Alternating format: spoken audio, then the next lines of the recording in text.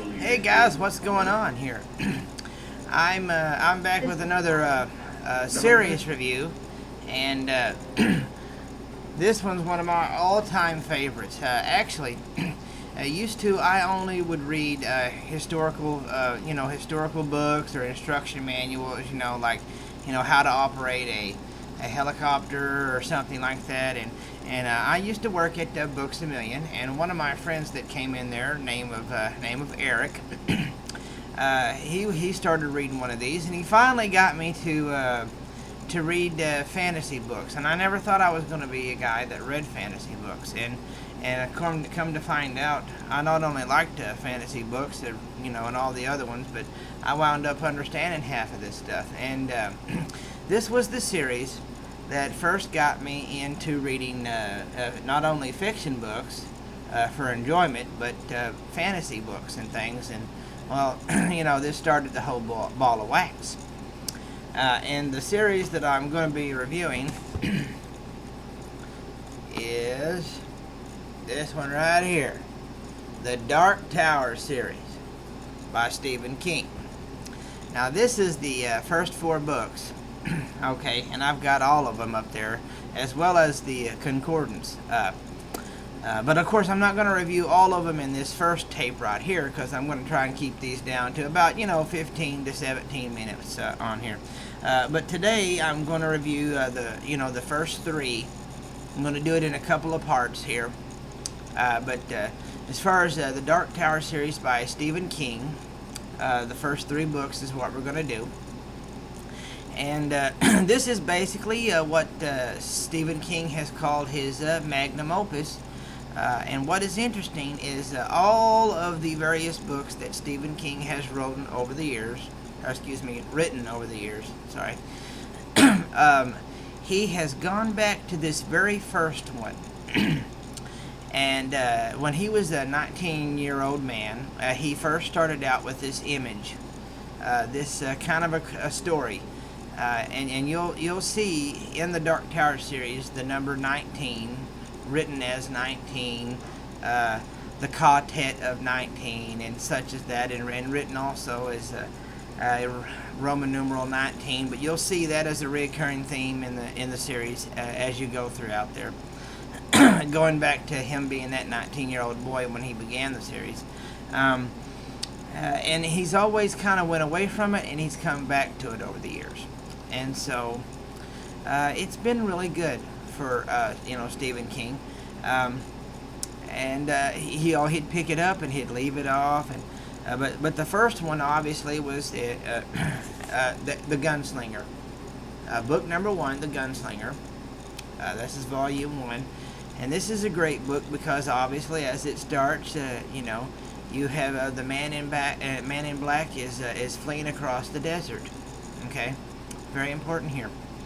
And you've got this guy, who we later find out is Roland Deschain, is pursuing him. Now, we don't know exactly why he's pursuing him, and we don't know why he's, what this whole man in black is.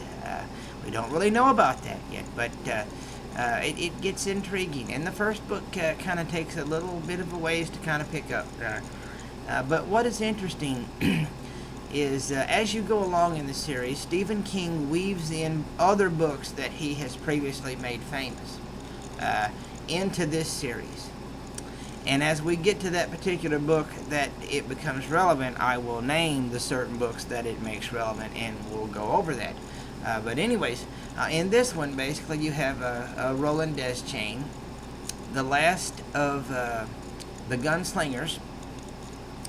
And gunslingers are kind of like, in this series, the gunslingers are almost kind of like the old Knights of the Round Table in their time, the Knights of King Arthur's Table, except in this they're called the Knights, the Knights of Eld, which was, I guess, King Arthur, which is Eld, and he had these great tables of gunslingers. And they had a code, you shall not forget the face of your father, and various things as the series goes on. And his son, that was the son of the king, obviously, was here Roland, and he was supposed to. And there's a rigorous training regiment that goes into becoming a gunslinger, and earning your gun, so to speak. Much like in the night world, you had to become a squire, and you had to do this and all these other things before eventually being knighted and earning the title sir and things like this. And as you go on, bits of this will be coming out. In the first book, though, basically it's him in the pursuit of this mysterious man in black.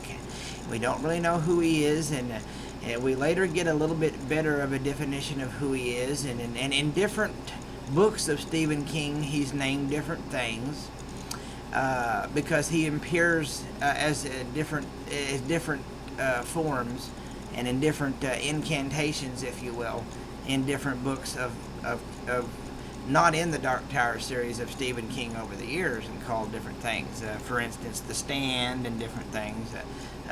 But anyways, this is the guy that he's pursuing, and he's also trying to get to this final battle, or trying to get to the Dark Tower, which is supposed to be his destination, and he doesn't exactly remember why, but he knows that he's supposed to get there, and he's got to go there. And so along the way, this way station, he comes across the way station, and the way station is almost kind of like a cross between worlds.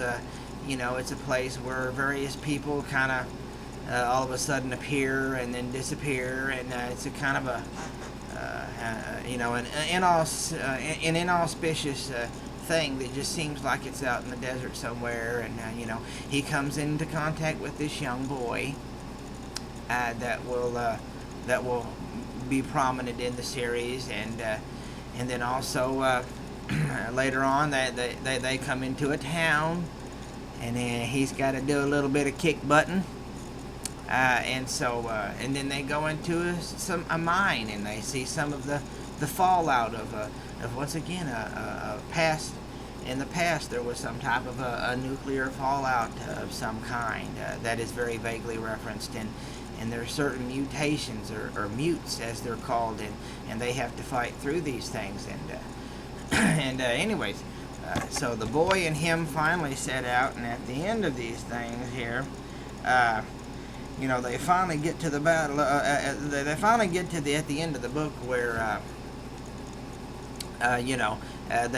he's going to take up as a journey, and this boy reminds Roland of his former quartet, which is people that are tied together as a family, and it gives a little bit of a flashback of things that are to come. In the series of Roland's past, that's not really gone into big in the Gunslinger, but it gets into later. And then that brings us into the second book of the series, The Drawing of the Three, which in my opinion was one of my all-time favorites.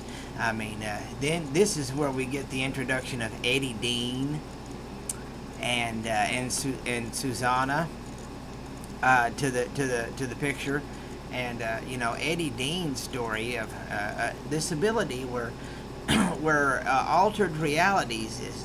Eddie Dean is a druggie, you see, and he's on this plane, and Roland has to step through these doors. At the beginning, he's injured and stuff, and he has to go on this beach, and there's 3 doors at the beach. And Roland has to step through these doors in order to, and when he does, he's in the mind of these different people, and one of them is Eddie Dean, and then another one becomes Susanna, and it's amazing. That was a nice thing that Stephen King did. Eddie Dean is hilarious. He's one of my favorite characters. And so he's this drug addict, and his whole story, especially when he's in the bathroom on the plane, and he finally figures out that there's somebody in his head, and it's just kind of interesting how Stephen King went ahead and did that. But it was hilarious. It kept me in stitches. it went from being serious in the first book to kind of being hilariously funny in the second book. And then, of course, when he finally gets into Susanna, who is an African-American girl, all the way from the 1960s in America, obviously, during the Civil Rights Movement, and getting into her head, well, and then she is handicapped, and then trying to get them here, see. And then, of course, they have to go back to get certain things for Roland because he's got a fever because of an injury that he occurs, which read and find out. You'll have to find out. And so he has to get back in Eddie's brain and send Eddie into this world to get the because he's never heard of aspirin before. And so it's a hilarious story. The Drawing of the Three is to this point is just one of the most hilarious of the three. And also in this one, there's a little bit more of the backstory is unraveled about Roland and his quartet and his trainer that was training him to become a gunslinger. A little bit more of the past of Roland is revealed, and this is all in all just a wonderful book, The Drawing of the Three. And then the last one that I'm going to do in this part is The Wastelands. This is the third book of the series, and this one was a really good book that goes through. You have you see the first mention of positronics. Okay, they're going through this big wasteland, and you kind of get to this whole thing where the stand kind of starts coming in, where they're walking through here, and they really don't know where they are. And they kind of go into an altered reality where they're going through what is supposed to look like Kansas during the stand, and obviously the virus of the stand is happening, and but instead of the Kansas City Royals, it's the Kansas City, and then you see, and I don't want to give it away, but it's like an altered reality because these stennies are as the tower begins to cripple and break, these things are starting to alter. All these different worlds of the tower are starting to collide with each other and create some rifts. And Roland and them are walking through some of them, and so they get some of these altered realities, and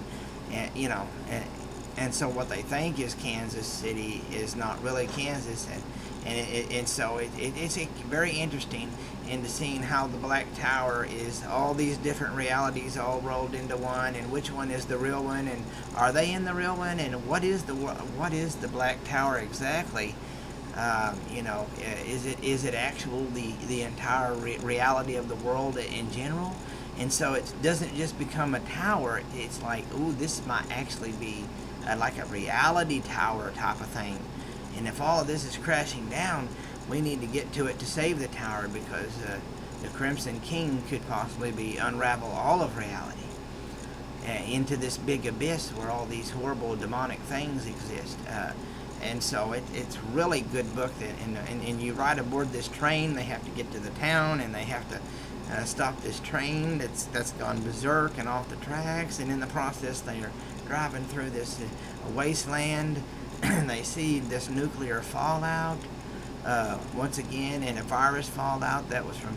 And they see these weird bumblebee-looking things that were huge and humongous because of a nuclear. All this great stuff that's going on. Due to that, and it was just really done. So you have a little bit of a western here. You have a little bit of science fiction blended in, and then of course with the train that talks and can go. This train can go invisible. It's really awesome. And then of course this old positronics station, that. Is being ran by something, but we don't know where. Somebody's calling the strings on these things, and running it from somewhere. And the train, which is hilarious because this is another instance where Eddie Dean's character comes out. They're trying to solve the riddle of the train to get it to save the day, and of course Eddie Dean is going to be the one that comes with the duh moment, which. The one that saves the day happens to be the drug addict, and it's hilarious. But like I said, for part one of this review, the first 3 books of the series, I highly recommend them. They were greatly written. It was really good, especially when the whole with the whole rose being brought out, and how the rose in the park over there also represents the tower in general. So many subtleties going into that, and it was just, I really liked how Stephen King ties all this in, the rose of the tower, the rose over there in the old beaten down jalopied yard that's condemned, is also a symbol of the rose, or the symbol of the Black Tower in the actual world, neither world. And so they have to save the rose, albeit the tower, and it's just amazing. It's really great how they did it, and it was a very, very inventive, and an inventive approach, the way that Stephen King did this, and I was just very amazed. I highly recommend it. The first 3 books of the series to get you started, once again, in review: The Gunslinger, the Drawing of the Three, and then The Wastelands. Those are the first 3 books. And so I highly recommend you go out and buy them. And from my bookshelf to yours, I'll be back with part 2 of this, and not too long from now.